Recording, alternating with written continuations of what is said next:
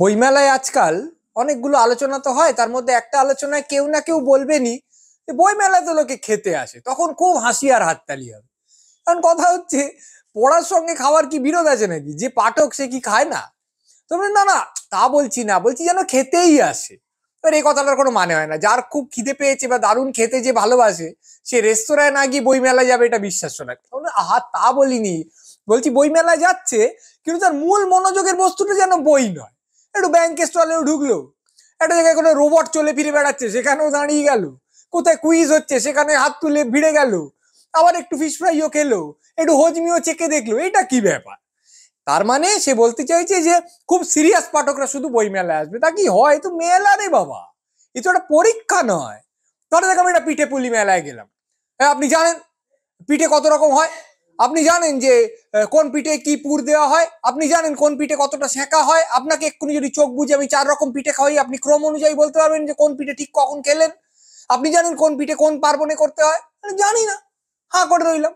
তাছাড়া আমরা দেখলাম আপনি পিঠে পুলি মেলায় এসে কোনার দিকে যে বই স্টলটা রয়েছে, ওখানে বই ঘাটছিলেন। পিঠে খেতে এসে যদি বই পড়েন, তাহলে সেটা পিঠেকে অপমান করা হয়, আপনি জানেন না। তো খুব ঝামেলা। সোজা কথা হচ্ছে, এই যে একটা মেলা, সেখানে অনেক রকম লোক আসবে। বই মেলায় কিছু লোক আসবে যারা বইকে প্রচন্ড ভালোবাসে, রাত দিন বই পড়ে। কিছু লোক আসবে যারা বই নিয়ে অত কিছু এসে যায় না, কিন্তু সবাই যাচ্ছে, সেও গেছে।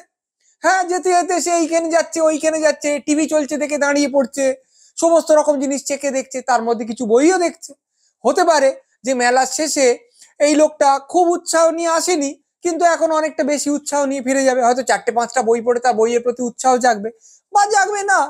কিন্তু আমি যদি বলি না, শুধুমাত্র দীক্ষিত, শুধুমাত্র প্রকৃত শিক্ষিতরাই এখানে আসবে, তাহলে আমি একটু বেশি মাত্রায় অসহিষ্ণু হচ্ছি। গান মেলায় যে যায়, সে কি গান নিয়ে সব জেনে শুনে তারপর যায়? খুব খানিক মোৎসার্টও শুনেছে, মানবেন্দ্রও শুনেছে, তার তবেই সে গান মেলায় ঢুকতে পারছে? এরকম তো কিছু না।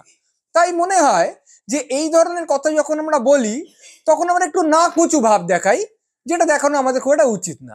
আলোচনায় আরেকটা কথা খুব উঠে আসে, যে এখন তো বই বনাম অন্যান্য শিল্প মাধ্যমে এই গোছের অনেকগুলো আলোচনা হয়, যে ওয়েব সিরিজ এসে গেছে, হ্যাঁ এসে গেছে, ত্যান এসে গেছে, লোকে বই পড়বে কিনা।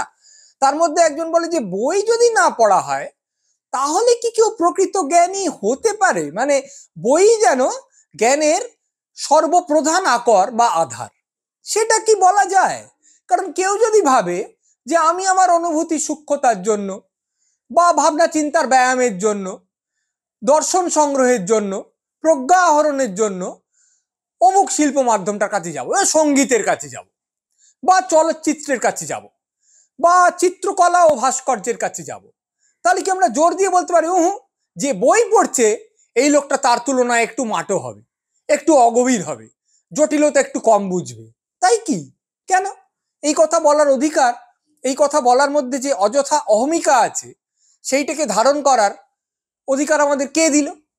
আমরা কি এইরকম বলে দিতে পারি যে একটা লোক যদি ধরো শুধু সিনেমা দেখছে, কিন্তু ভালো ভালো সিনেমা দেখছে, কারণ সে তো সেটা নিয়ে চর্চা করছে, তার তো সেটার প্রতি একটা অত্যন্ত ক্ষুরধার মনোযোগ আছে, সে খুব বড় বড় চলচ্চিত্রকারদের সিনেমা দেখছে, সেই সিনেমা কখনো গল্প বলে, কখনো বলে না, তার মধ্যেকার দর্শন সে অনুধাবন করার চেষ্টা করছে, তাহলে সে কেন জ্ঞানী হয়ে উঠবে না?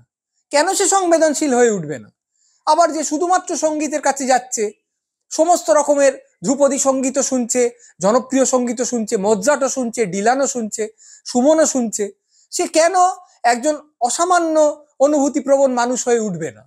তাই যখন আমরা টক করে বলে দিই না না বই না পড়লে হবে না, তখন আমরা একটুখানি সাম্প্রদায়িক হয়ে যাই।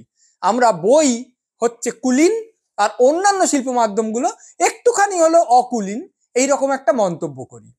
বই কিন্তু যদি আমরা ঠিক করে পড়ি, আমাদের শেখায় এই রকম কোনো অহমিকা, এই রকম কোনো অযথা কৌলিন্য বোধে গ্রস্ত না হতে।